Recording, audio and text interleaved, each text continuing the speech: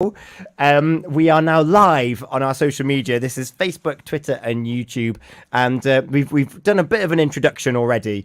And so, just to paraphrase what we're talking about, we're looking at the expectations of January in particular, and why do we set goals at January? What do we hope to achieve? Are they achievable in the first place?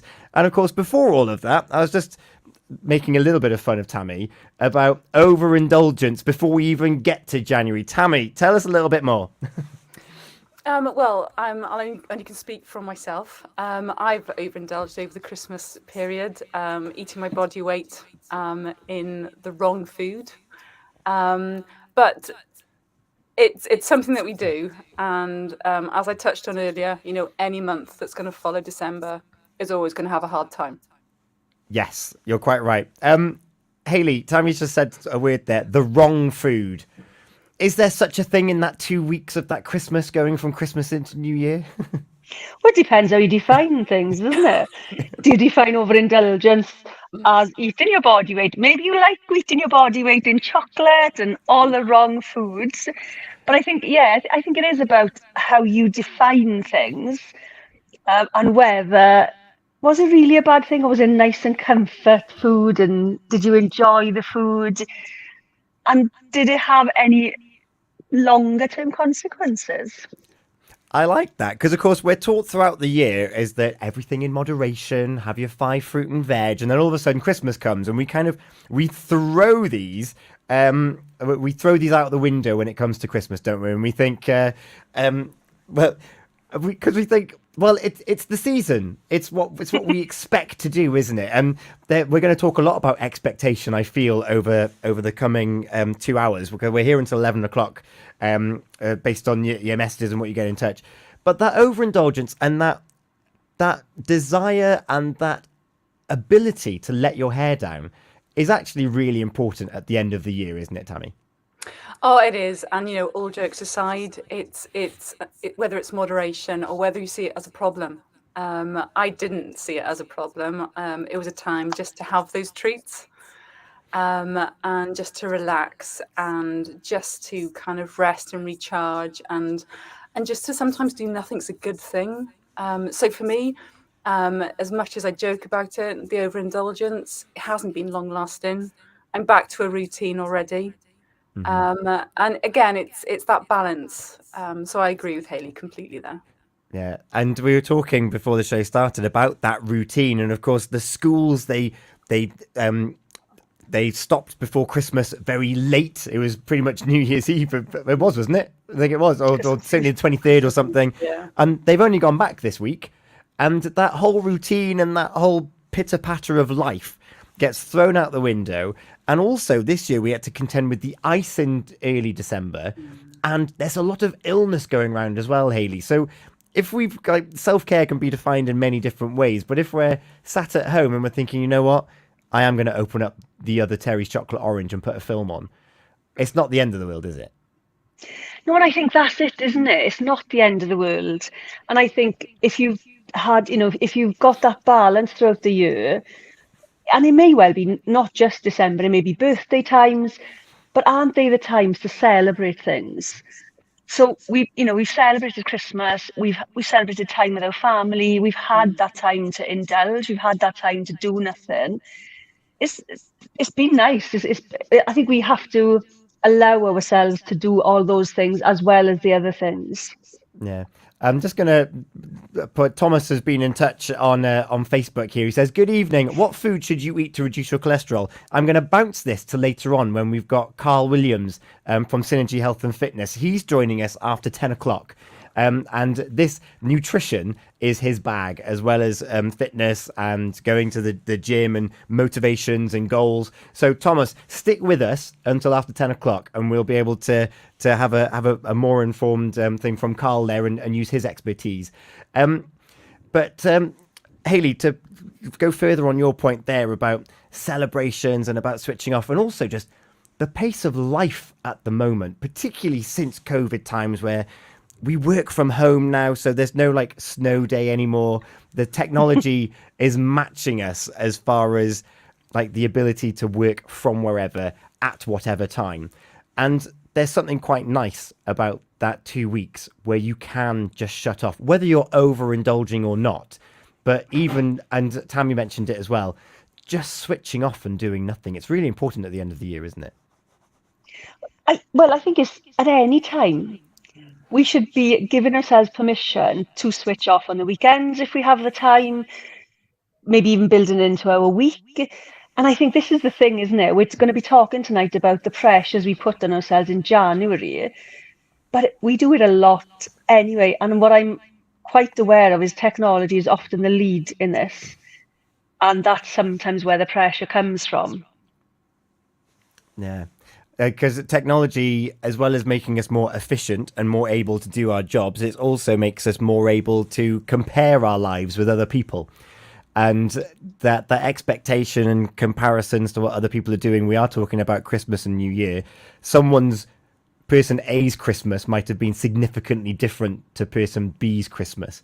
And before we talk about expectation and looking at January, for those that might not have necessarily had an all bells and whistles Christmas or might not have had their family around them, for those heading into this year where they've had a stark reminder of potential loss or separation or whatever it might be, financial difficulties, cost of living crisis, warm rooms, food banks, you going into a new year when there might not necessarily be a lot of hope or something to aim towards can actually be a very difficult time, can't it, Tammy?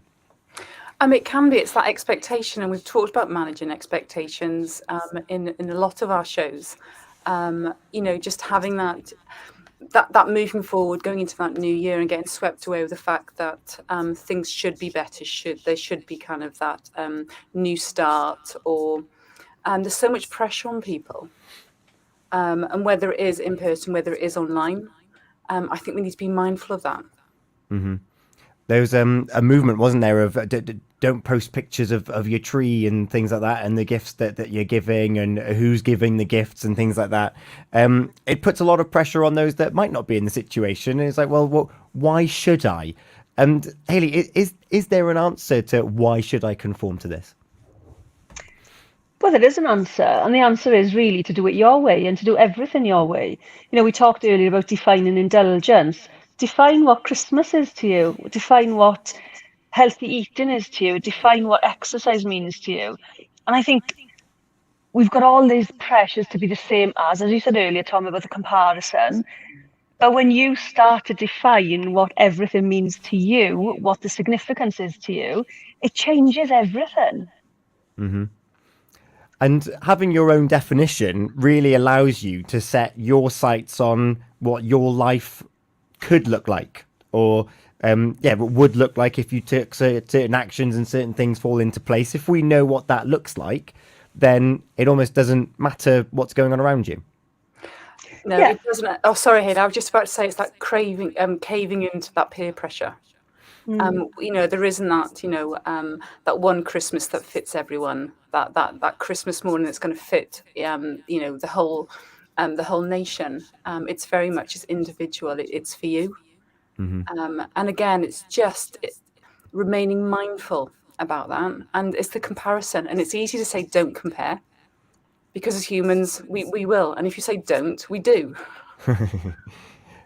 And our thoughts are powerful things, and they're going to crop up regardless of what we're thinking and what we're seeing. A thought's still going to exist there, isn't it, Hayley?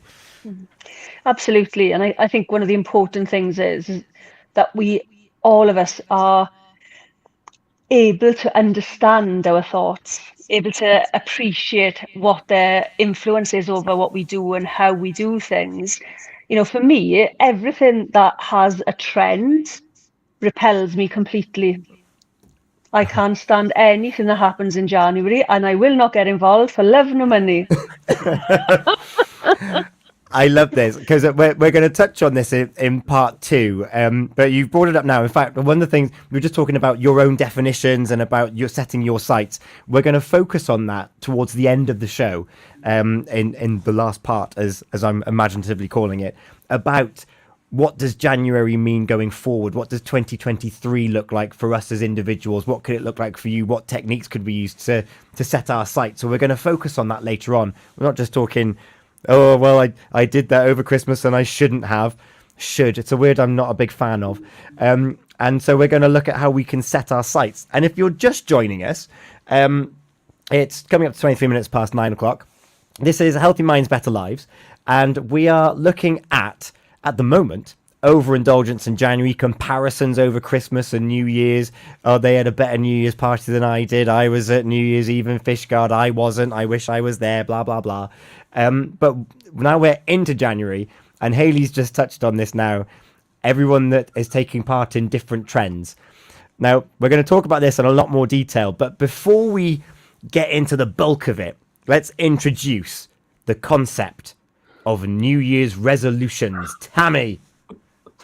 Right, so I would rather choose like progress over perfection.